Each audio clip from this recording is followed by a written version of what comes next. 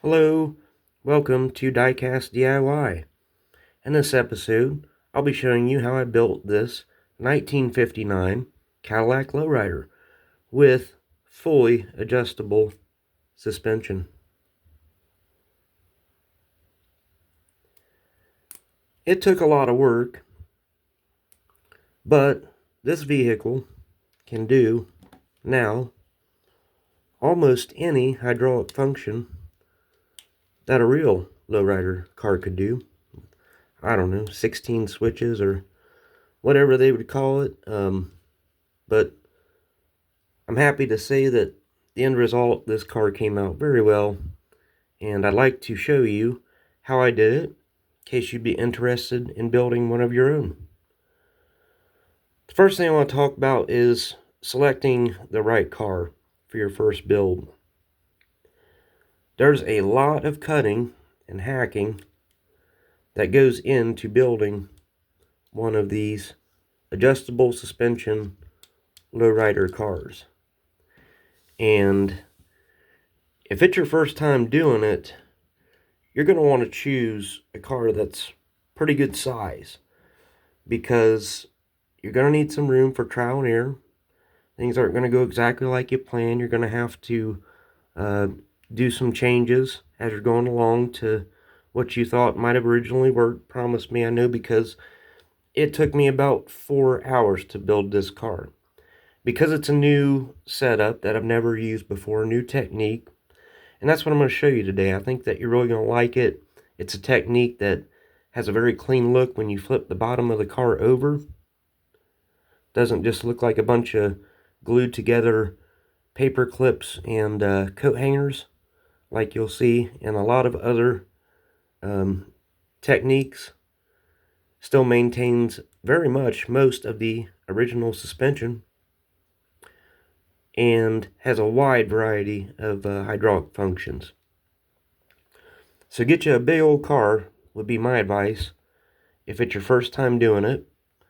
I chose this 59 Caddy, of course. And another example of a great car to use if it's your first time would be something like this 64 Lincoln Continental. That's a big old car. You got a lot of room to work in there. You can make some mistakes and still have plenty of room to fix them, and should still come out with a great result if you're using a big old car like this. Another example, you might want to choose the 65 Impala lowrider. It's already got a fantastic paint job on it, just perfect for that lowrider appearance, and it has a big enough casting to still have plenty of room to work in there.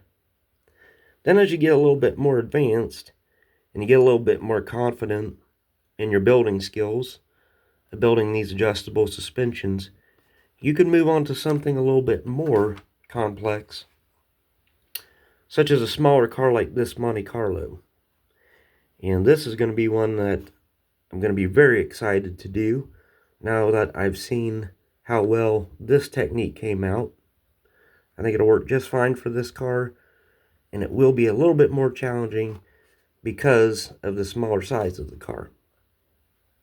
So anyhow, I have left this car still somewhat unassembled, and like I said earlier, it took about 4 hours to figure out this new technique, so it would have been just impossible to make a video that anybody would want to watch for 4 hours. So went ahead and did most of it, but left it apart enough where I could still take it apart and explain exactly what I did, show you what I used, and you should be able to mimic this process pretty easily. Okay, so I'll go ahead and take the body off here. And this is what I used. Okay, set of paper clips or coat hangers. I use these two pivoting Lego pieces, and they're ball pivot. You snap them together and you get just every direction of range of motion for these, and they just make a perfect tool for building your miniature scale lowriders. These would even work well for larger scales, slightly larger. You could certainly do like a 1/34th or a 1/32nd scale using these. And the bigger the car, the less modification, of course, too. So, but this is what I used. And as I flip the car over here, you'll see them in there. Out front here, basically I cut one of these in half, and I'll go ahead and unsnap this so I can show you. I cut one of these in half, is what I did. Just right down the center there. And I grinded off the Lego, style locking pieces here. Grinded them flat so I would have a better gluing surface area. And then I just cut them right in half. I did use a Dremel tool to do that. And I was able to cut out enough of the base of the suspension of this car and a little bit of the interior. You'll see how I got into the floor in the front there and cut out enough of the firewall where that thing would basically, that half piece I cut would go right in there. You see? Super glued that in there. And I just used regular good old super glue. I only trust super glue for using for these kind of things where you have moving parts. It's tough. It's the original super glue. You go using some of the other off-brand glues, value glues, you may run into some problems. You're going to run into problems with setup time and overall strength. And you want these hydraulics where you can really be able to yank on those suspensions and move them around without ripping the axles right out of them. So I recommend using the original super glue. You're welcome, super glue, for the free advertisement there. Anyhow, so when I cut this Lego in half and I glued that into that front part of the base there, it left me with the other half of the Lego there, the ball section. And that is what I used to clip into the other half that I glued in there. And you'll see better from the top there. There it is. Just like that. And I was able to then save the piece that I cut from the suspension originally, trim down a bit of course, and glue that chrome suspension base piece back on there. And what that also allowed me to do was to be able to keep the little snap-in portion for the axle to still snap in there. So I put that on first when I did the wheel swap and axle swap, and then glued that piece that I trimmed away back on there, and it gave me a nice look, cleaner looking suspension piece. Like I say, you don't see coat hangers or paper clips hanging out of that anywhere. And then for the back of the car, same process. I cut the thing in half, the Lego ball pivoting piece, cut it in half, inserted it in the part that I trimmed out of the trunk area in the middle of the back seats, as you can see there. And I wasn't very clean with the super gluing job on the inside of the interior. You can see the glue in there, but you're never going to see it in this car, so it really didn't make any difference. It's got a chopped top on it, so it's really hard to see in there anyway. So this car made a good, it was a good choice for a first build using a new technique. It hides rather, a lot of those mistakes, or you just don't have to be as perfect, and nobody's going to be able to notice at the end of the day. So I inserted that piece in there, as you can see, like that, and then did the same thing out back that I did out front there. I saved the piece that I trimmed away originally of the chrome bottom plate, glued it to the half piece with the ball on it, snapped it right in place. And I'm pretty happy with the results. You can get a very wide range of motion with this thing on that ball pivoting axle, front and back there. And it just came out really well. And there are a couple things that I would do differently. This is the first time I've ever used this process where I have used these pivoting logo pieces.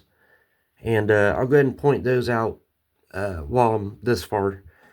Is that even though that looks pretty good with that chrome base plate on there or whatnot, I probably wouldn't do that again. Okay, the wheels still spin, and they still spin pretty freely, but using this method, putting that plate back on there, I did have to glue that, and that means that I glued the axle. So these wheels are going to stay on this car forever. Because I glued that, I won't be able to change the wheels and do an axle swap if I wanted to put some different style wheels on this car later. So that's one thing I would do differently. I would not retain these base plates for the individual axles in my next builds, so that I can keep that option of being able to, down the road, if I choose, swap the wheels and axles out. What I would do instead is everything else, still use the same, Lego piece setup or whatever, but what I would do instead of gluing that piece on the bottom is I'm going to make a hole, basically, that the axle will go right through this piece. And that'll be good enough. It'll still have a nice presentation on the bottom, and then I can swap out the axles and wheels. So that's one thing I would have done differently. And but that's it. Glued everything together strong, glued the interior to the base plate, and you can really, with these being worked up into that suspension such as they are, you can really grab these and move them around, and it just doesn't feel like it's going anywhere. It's really sturdy. I know some of these adjustable base suspensions, you'll have to be very careful. Now I just said that and knocked a wheel off, but that's okay. That's just due to I didn't mushroom the end of that axle there or whatever. But so there's that. No big deal. Snaps right back on. Make that better a little bit later. The dashboard came out. It was a completely separate piece in this Cadillac, and I left it out. You wouldn't be able to see it if I put it back in there. I may or may not put that back in, but while it was out, I wanted to show you how incredible the detail can be on a mainline Hot Wheel. I'm going to try to get this close. I don't know if you can tell, but that's an amazing detailed dashboard that's in a mainline Hot Wheels car that most people are never going to see unless you take this thing apart. You can see the radio in there, for goodness sake. And the lines in the glove box like you would see on that original Cadillac, that's insane that they put that much detail into something you would never even see. I think I may go ahead and take the time to glue that back in there. It wouldn't be too hard to do, and would just, like I say, with how small that is, and you can just never be able to see in there with the tinted windows. But anyhow, I can get to all that later. I wanted to show you the completely finished product then.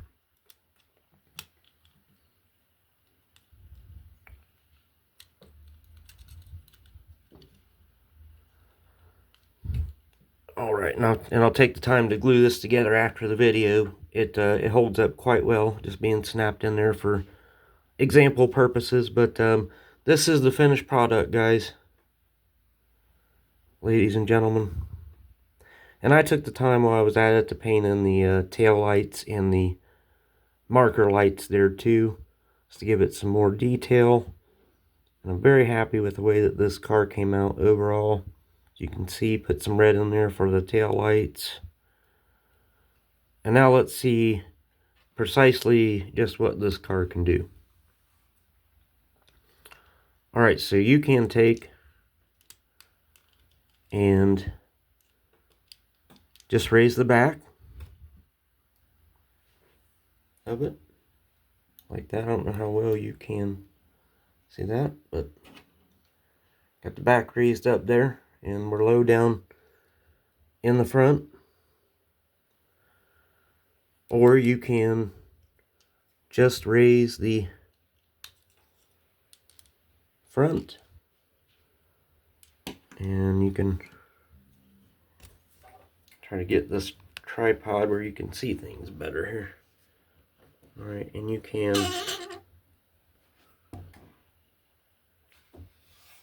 got the front up there.